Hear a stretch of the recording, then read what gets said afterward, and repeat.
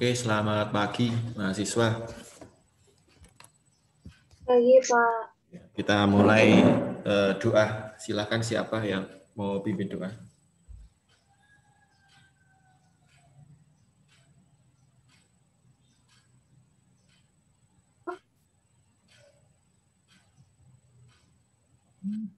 Mari teman-teman kita bersatu dalam doa. Bapak yang Maha Baik, terima kasih atas berkat penyertaan-Mu pada kami, sehingga kami bisa berkumpul bersama di Zoom ini. Bapak berkatilah setiap dari kami, Bapak berkatilah kegiatan belajar mengajar kami, berkati juga dosen kami, Bapak Fajar, kiranya Engkau selalu memberikan kesehatan kepada beliau, dan berikanlah juga kesehatan kepada kami. Terima kasih Tuhan Yesus, dalam nama Tuhan Yesus kami berdoa dan mengucap syukur. Amin. Terima kasih Sydney, selamat pagi mahasiswa yang mau bergabung.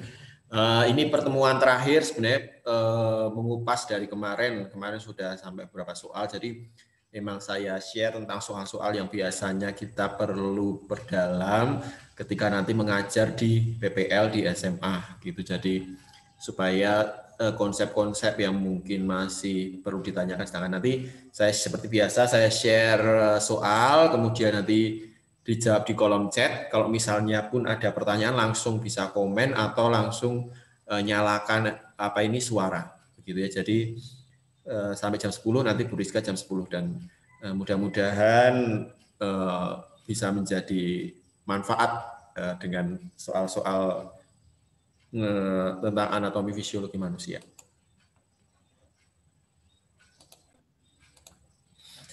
Kemarin sampai di soal ini ya, kalau nggak salah. Ini ya. Ini ya, ada soal ini. Nah, coba jawab di kolom chat aja ya. Di kolom chat yang berfungsi sebagai tempat membusukkan sisa pencernaan makanan, menyerap sari makanan, dan mencerna makanan secara kimia dan mekanik ditunjukkan oleh nomor berapa aja. Ini ada gambar saluran pencernaan ya, sistem organ dari sistem pencernaan yang berfungsi untuk membusukkan makanan, menyerap, dan mencerna mekanik kimia. Kegedeannya kecil, ya, enggak kelihatan. Nah, silakan dijawab di kolom chat. Langsung saja tulis nomor huruf angkanya.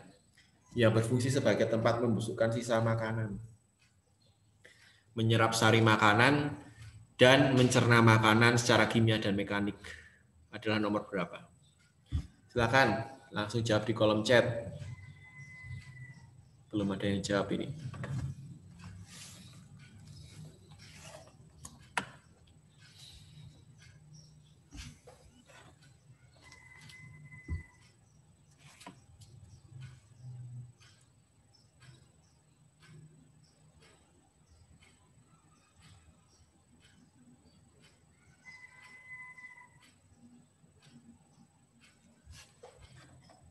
Oke, ayo yang lain jawab.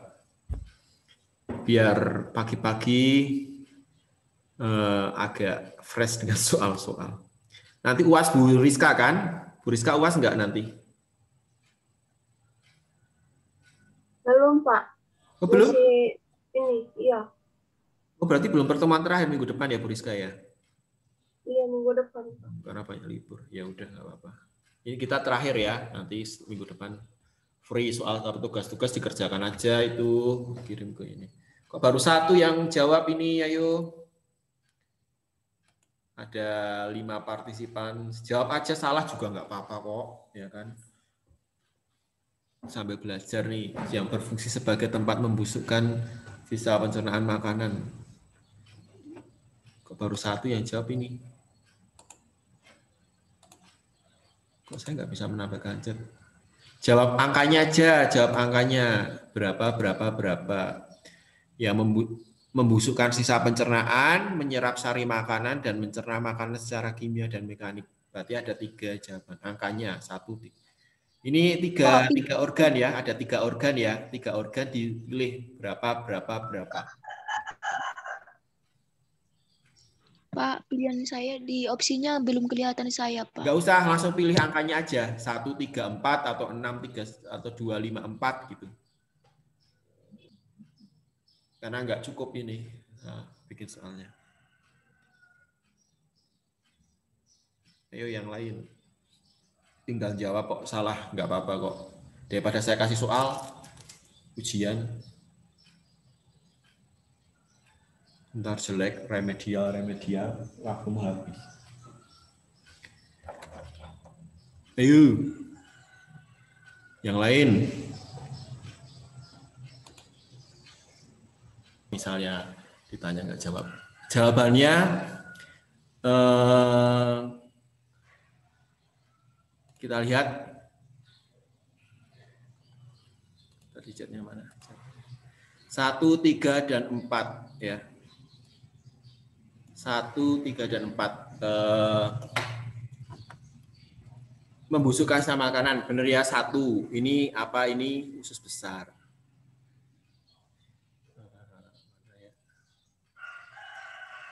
Usus besar ini, jadi usus besar atau kolon ya. Nomor 3 ini usus halus atau ada yang nyebut usus kecil atau intestinum tenui. Ya, ada 3 ya, intestinum. Ada duodenum yang dekat dengan lambung, yeyunum dan ileum. Di sini appendix ya. Appendix. Ya. Terus ini nomor 2 pankreas. Nah, nomor 5 ini hepar, nomor 6 ventriculus atau lambung. Nah, yang ditanya tempat membusukkan sisa pencernaan ya di sini, di usus besar. Selain itu juga penyerapan air. Kemudian menyerap sari makanan itu di nomor 3. Ya. Dari duodenum sampai yeyunum, ya, tapi bagian besar di usus penyerapan. Kemudian untuk mencerna makanan secara kimia dan mekanik di nomor 4 di lambung. Disebut mekanik dan kimia, kenapa? Mekanik itu makanannya diputer-puter ya. Kalau yang ditanya mekanik dan kimia itu selain di lambung ada di mulut. Di mulut. Kalau kimia menggunakan enzim. Nah, di lambung itu kan pencernaannya juga ada kimianya ya, ada pepsin ya.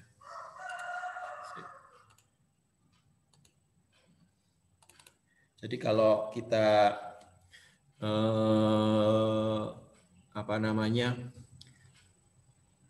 belajar sistem pencernaan, ini kok muter-muter kanvasnya.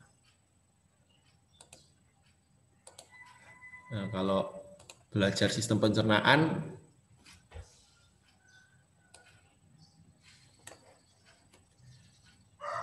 kalau saya kan senangnya pakai ini, pakai ada 3 loh, ada karbohidrat yang utama, kemudian ada lemak, ada protein. Nah, kalau yang karbohidrat tahu ya, atau nama lainnya adalah polipeptida, polisakarida paling besarnya ya, amilum dan sebagainya. Kalau lemak ya lemak atau lipid ini polipeptida. Protein itu kumpulan dari asam amino. Nah, organ-organnya apa aja? Ada mulut atau cavum oris, terus ke esofagus. Esofagus itu kerongkongan. Kita pakai istilah esofagus saja, ngajari anak SMA, jangan ngajari kayak anak SD ya. Ventriculus atau lambung. Usahakan mengajari anak SMA, jangan kayak anak SD, SMP, nggak ada perubahan ya. Terus baru ke duodenum. Ya. Duodenum atau usus halus kelompok. Usus halus ada duodenum, yeyunum, ileum. Nah ini duodenum. Nah di mulut ada pencernaan karbohidrat enggak? Ada, ya kan? Lemak enggak ada, protein enggak ada. Di esofagus karbohidrat masih bisa dicerna oleh enzim yang lewat, tapi tidak dihasilkan enzim. Di sini tidak ada enzim. Lemak nggak ada, protein nggak ada. Di ventrikulus atau lambung, karbohidrat tidak dilakukan pencernaan, ya kan? Kalau lemak juga nggak ada, protein ada. Nah, gitu. Jadi ini penting nih. Kalau duodenum ada semua di duodenum. Gitu. Di mulut itu polisakarida ini dipecah menjadi disakarida. Ya. Tapi tidak semuanya, ya kan? Tidak semuanya oleh enzim apa? Oleh enzim amilase atau petialin ludah.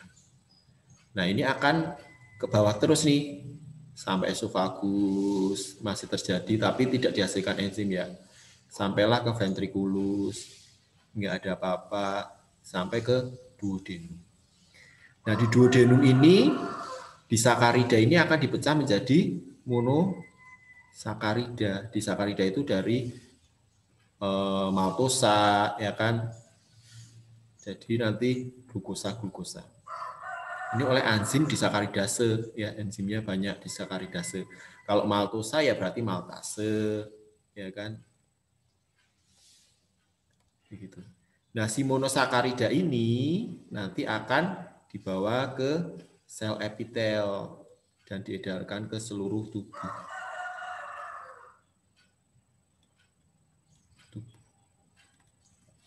Nah, peran pankreas apa? Ada pankreas kan? Pankreas tidak dilewati makanan, tapi dia mengirimkan enzim ke duodenum. Duodenum pun juga mengeluarkan enzim-enzim. Maka dengan struktur silindris selapis pada duodenum itu kan ada sel goblet, itu juga mengeluarkan enzim-enzim untuk mencerna menjadi monosakarida. Monosakarida itu ya glukosa, fruktosa, galaktosa. Inilah yang glukosa ini nanti akan masuk ke sel epitel. Ingat proses glikolisis, ya kan? Glukosa terus dipecah jadi asam pirufat, siklus Krebs sehingga dihasilkan ATP. Itulah prosesnya kalau mau ngajar dari karbohidrat hingga sampai terbentuk ATP. Nah, kalau lemak enzimnya dari mana? Dari pankreas juga ini, ya. Enzimnya apa? Lipase. Lemak itu menjadi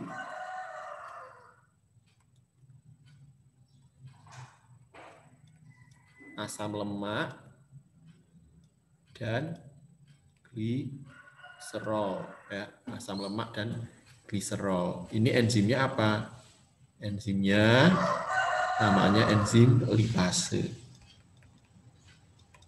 Lah, hati gunanya buat apa hati? Hepar. Kok juga termasuk dalam sistem pencernaan? Hepar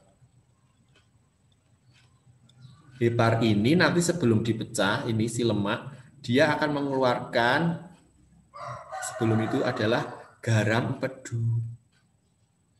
Tapi dia bukan untuk mencerna, tapi hanya membantu. Ibaratnya lemak kan molekulnya besar terus dibentuk misel-misel begitu. Nah, seperti itu. Terus asam lemak dan gliserol nanti masuk. Tapi kalau asam lemak dan gliserol ini nanti masuk ke pembuluh lakteal, kemudian ke kor jantung. Kalau ini ke hepar.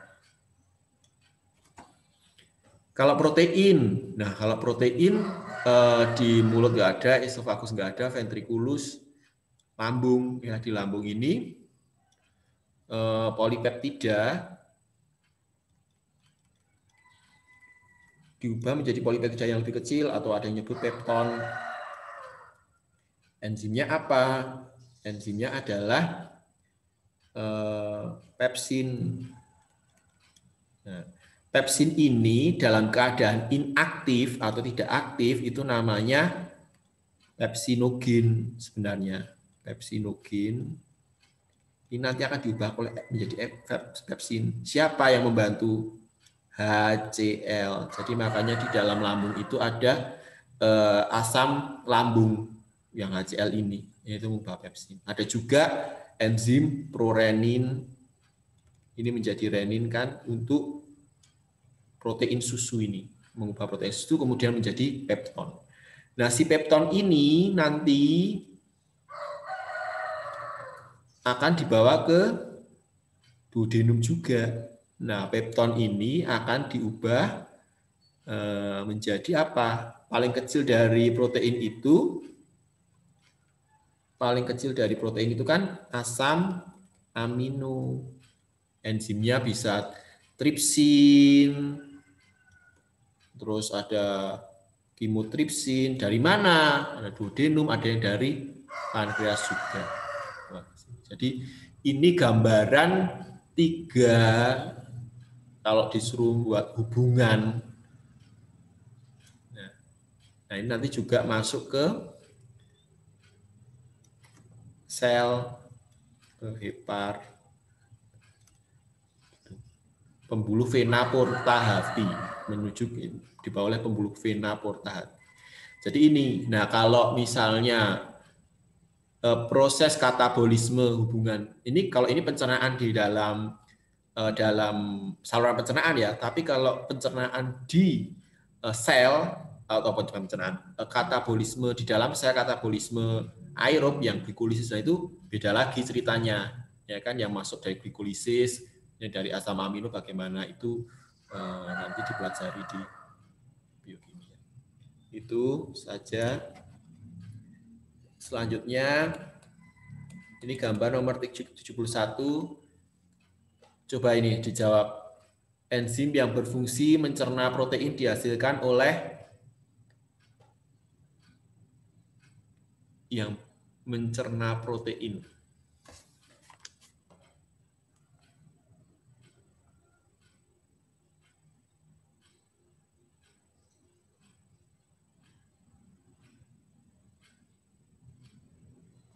Silahkan dijawab.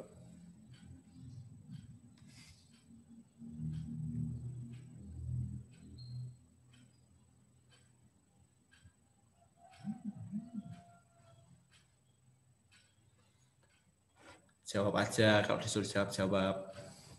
Mana belum ada jawab? Yang berfungsi untuk mencerna protein.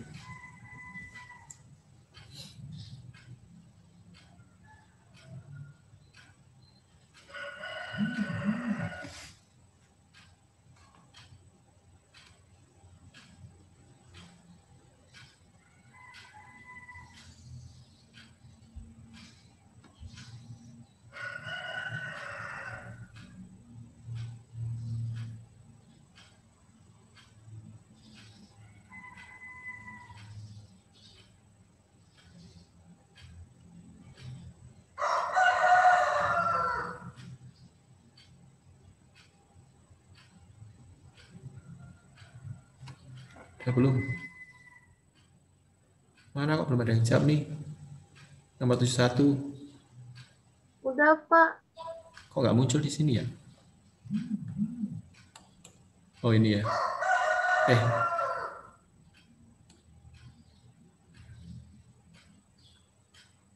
Mulai yang mana nih? 1, 2, 3. 345 345 ya. 1, 2, 3. Nah, 1 ini apa? Ya tadi ventriculus, lambung. 2 ini apa? Di bawahnya ventriculus, dia ngumpet biasanya. Ini adalah pankreas.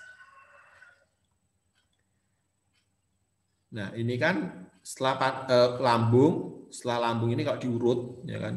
Kalau nguel-nguel gini bingung, kamu dari bawah juga bisa. Ini anus, ada rektum, ini kolon, 4 kolon. Berarti 3 ini adalah intestinum tenue atau usus halus. 5 hepar. Nah, tadi yang untuk mencerna protein. enzimnya yang dihasilkan tadi apa aja? Nah, ada di mana? Di ventriculus, ada di mana? Di pankreas, sama di duodenum. Ya, jadi ventriculus 1, 2, dan 3. Jawabannya adalah yang A. Hepar itu hanya menghasilkan garam empedu, tidak menghasilkan enzim. Begitu. Jadi dengan begini kita jadi tahu kan, maksudnya jangan sampai konsep ini salah kan, kamu bawa sampai ke menjadi seorang guru. Kalaupun nggak menjadi seorang guru kan anakku pasti besok tanya kalau belajar biologi. Nah, sekarang nomor 72. Apa ini jawabannya? Berdasarkan hasil laboratorium diketahui kadar HCl dalam lambung tinggi. Hal ini akan mengakibatkan penderita mengalami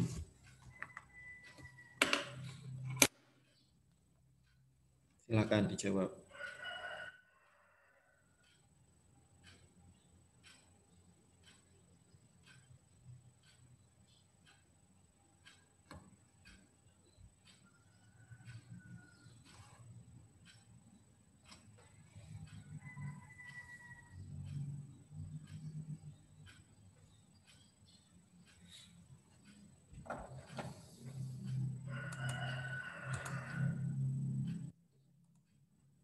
A. Gastritis, semua A ya. Kalau saya kok jawabannya B ya. Biasanya kalau yang belakangnya is ini karena infeksi. Apendiksitis, infeksi usus buntu, appendix atau umbai cacing. Bronkitis, pakai is berarti ada infeksi oleh bakteri di bronkus.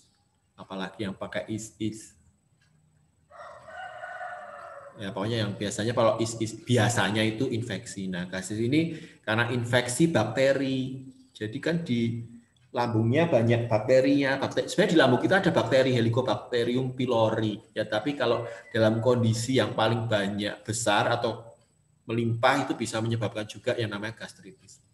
Kalau ulkus ini luka, jadi lambungnya tuh luka. Makanya kalau orang yang sudah kena ulkus atau nanti ini itu lambungnya luka kayak koreng gitu. Jadi agak sulit untuk menutup ya, meskipun sebenarnya di lambung itu ada mukus atau lapisan lambung yang membantu lambung untuk bisa bekerja di kondisi yang asam, karena kan pH di lambung itu kan kurang dari berapa?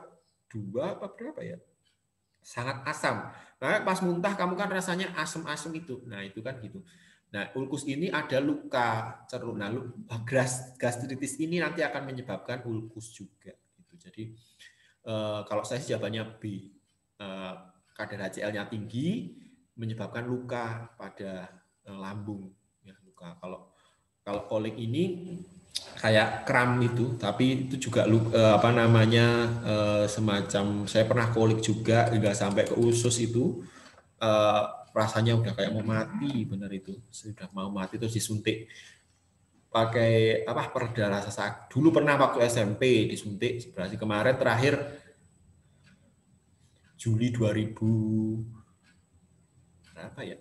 Sebelum di UGI itu masuk rumah sakit itu di kolik itu. Jadi karena apa waktu itu saya salah makan terus dan telat makan, kalau nggak salah malah makan mangga itu saya, jadi makan mangga banyak. Nah, itu kan orang-orang yang sudah punya ciri dari penyakit lambung itu susah ya kan, memang harus menjaga sedikit-sedikit boleh tapi jangan ini. Nomor 73 silakan jawab.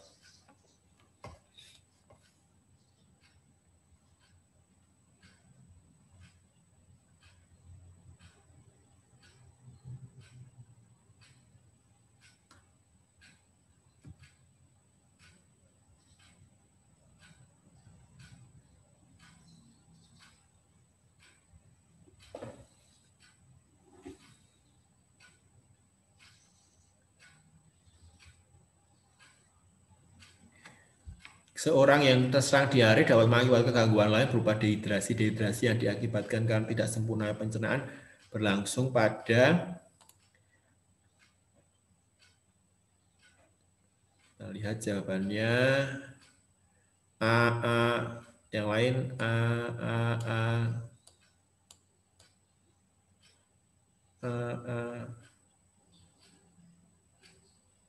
Iya, ya. Semua ini, nggak ada yang lain. Diare, ya. Ini dapat dijawab belum sih? Udah ya, 8. Enggak, Pak. Udah ya, A semua ya. Kalau dehidrasi itu kan air ya. Lah hubungannya air itu kan penyerapan. Di lambung nggak ada ini. Ya jadi diare itu karena banyaknya bakteri E. coli di kolon. Nah, kolon itu kan fungsinya untuk penyerapan air. Nah, ketika di dinding usus besar itu banyak kolon, penyerapan airnya menjadi terganggu salah satunya, sehingga diare itu kan feses yang airnya banyak. Nah, itu jadi karena E. coli-nya itu banyak di usus besar. Jadi jawabannya adalah E. Kalau ini mungkin penting ini sebenarnya tentang kalau di SMA biasanya diajarkan ini, ya kan, pernapasan normal ini, ya kan, yang di sini 500 ini residu. Nah ini nggak usah lah karena saya juga nggak ngajarin. Ini kan di anatominya. Nah nomor 75, penyakit penyumbatan saluran pernafasan yang disebabkan oleh reaksi alergi terhadap sesuatu adalah yang mana?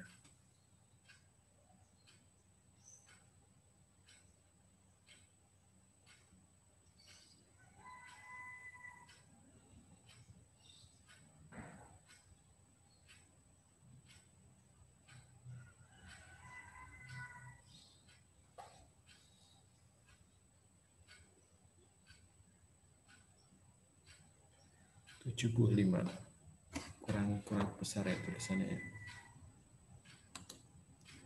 Penyakit penyumbatan saluran pernapasan yang disebabkan oleh reaksi.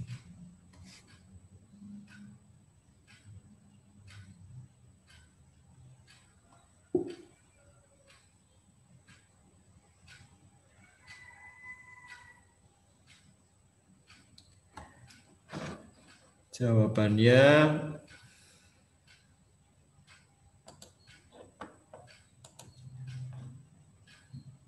ada yang jawab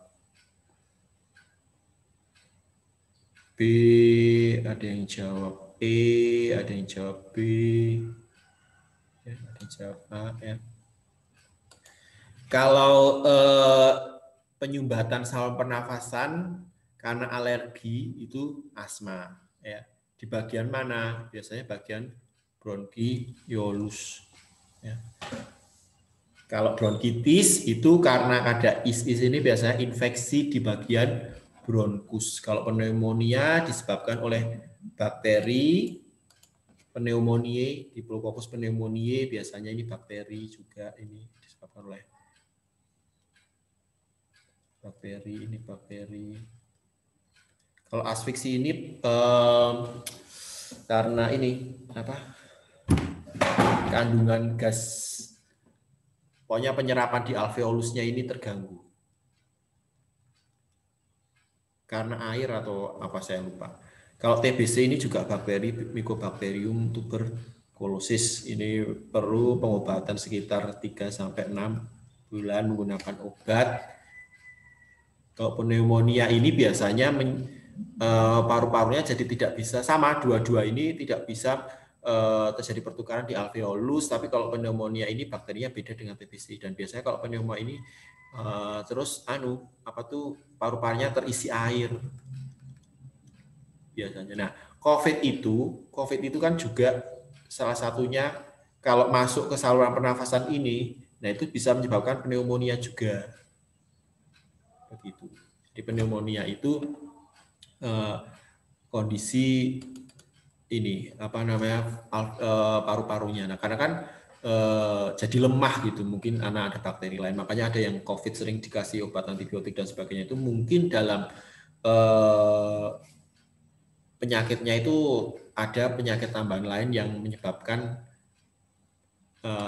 perlu dikasih antibiotik bakteri biasanya. Kalau virus nggak dikasih antibiotik biasanya. Perhatikan, nah ini ya tadi kalau langsung aja. Jadi kalau ini kan trachea, ini bronkus. Ini cabang-cabangnya namanya bronchiolus. Nah, alveolus itu ya yang ada di sini, yang anunya, yang untuk terjadi pertukarannya, pulmonya ini. Jadi kalau ada radang di sini ya namanya bronkitis. Kalau asma itu di bronchiolusnya. Jadi karena ada alergi sehingga bronchiolusnya nyempit, ya, menyempit sehingga perlu dilegakan. Biasanya ada inhaler itu supaya lega karena ada gas karbon dioksidanya. Ini gambar apa nih? A, nefron, B, neuron. Coba ini jawab gambarnya apa? Pertanyaannya. Nefron atau neuron nomor 77. Di depannya ditulis anu ya, apa? Tidak tulis nomornya biar saya tahu. Chatnya tadi kurang jelas. Ya 77A atau 77B.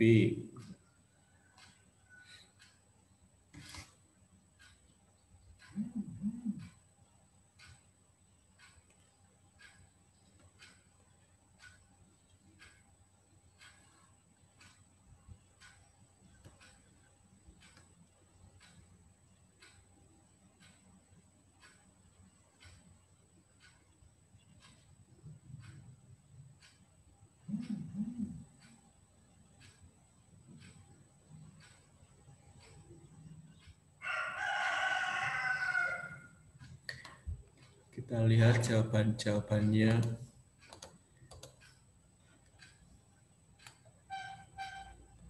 A, B, A. Depannya kasih angka ya, biar kita tahu. Nah, ini yang kadang sering apa namanya mahasiswa atau calon guru atau guru mungkin ya ada ya. Kalau nefron itu adanya di ren, di ginjal. Di ren. Kalau neuron itu adanya di saraf, sel-sel saraf. Atau nerve cell, atau nefron itu di ginjalnya itu, yang ginjal begini nih. Kan ada 2 ginjal. Di sini nih, nefron. Ini kan vesika urinaria. Gitu. Nah, nefron ini macam-macam strukturnya ya. Darah masuk nih, ya. Darah masuk. Pembuluh namanya pembuluh, gambarnya terlalu kecil, saya pakai kanvas saja.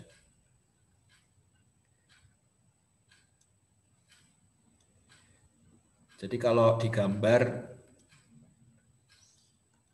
darah ini dari luar masuk ke sini, ya. Terus saya kasih gambar.